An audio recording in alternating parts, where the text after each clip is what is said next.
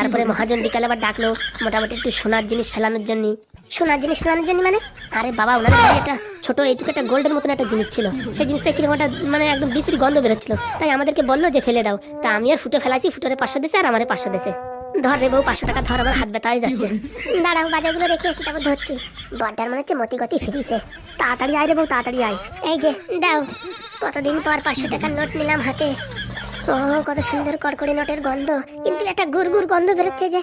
কি যে বলিস বউ তুই, মনে হচ্ছে আমি গুড় খেলাই আইছি, সেই গুড় হাত দিয়ে টাকাটা ধরেছি, সেই টাকাটা আবার তোরে দিছি, এর জন্য মনে হচ্ছে তোর নাকে গু গু গন্ধ বেরোচ্ছে। এরকম যে কথা বলিস তার কি বলবো। না স্বামী, হ্যাঁ ভুল হয়ে গেছে। 500 টাকা দিলাম, কোথায় আনন্দ পাবি তা না, গুড় গন্ধ বেরোচ্ছে। ভাব করে একটা না একটা কথা বলে দিস। ভুল হয়ে গেছে স্বামী, তুমি বসো, তোমার জন্য একটু চা নিয়ে আসি। যাতে যা হোক 500 টাকা তো পাওয়া গেছে, দেখ কেমন লাগে। গুড় নোট নাকে দিচ্ছিস, তারপরে গালেও দিবিনি। এই 500 টাকা দিয়ে মেলায় যাবো। বউ একটু গরম গরম চা আনতো। আনছি স্বামী, আনছি। আজকে তো মোটামুটি 500 টাকা পাওয়া গেছে। কালকে এখন টাকার ব্যবস্থা কি হবে? কালকে তো ডেরাম ডুরু মুটোতে হবে 1000 টাকা পাবানি, তারপরের দিন কি করবানি? 2 দিনের বন্দোবস্ত তো হয়েছে, কিন্তু 3 দিনের দিন কি করবো তাই তো কিছু খুঁজে পাচ্ছি না। ও যা হবে হবে, কালকের কাজটা তো করি, তারপরে 1 টাকা জুটেই যাবে। স্বামী এই নাও তোমার চা, নাও ধরো।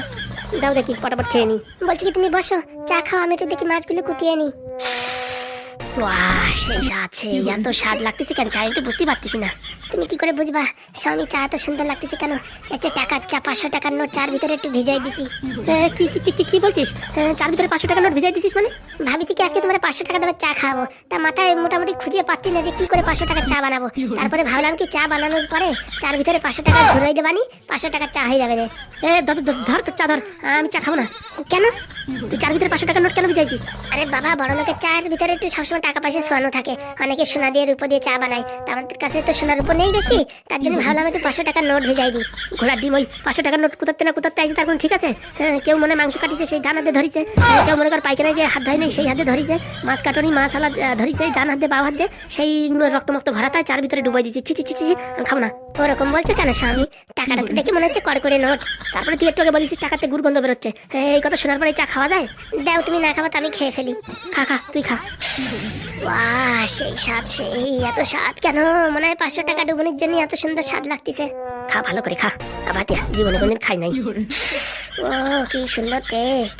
ও বাবা, এখানে তো দেখি চা খাওয়া খাই চলতেছে। বলতে কি মা, বাড়ি কিছু নেই, আমার খিদে লাগিতে, চা খাবি বাবা? না না, পাদু তোর চা খাওয়ার দরকার নেই, তুই একবারে ভাত খাস। না না, আমি চা খাবো। তা আরে না রে, চা খাস না, তোর মা চার ভিতরে টাকা ডুবাইছে। টাকা ডুবো চা ডুবো, আমি চা খাবো। তা চা নে বাবা, নে ধর। খাবি তো খা, বারণ করতেছি না, খা, দেখ কেমন লাগে। কেমন হয়েছে বাবা চা? ভালো হয়েছে, ভালো, খুব ভালো লাগতেছে। ভালো হয়েছে, গুড় চা খা।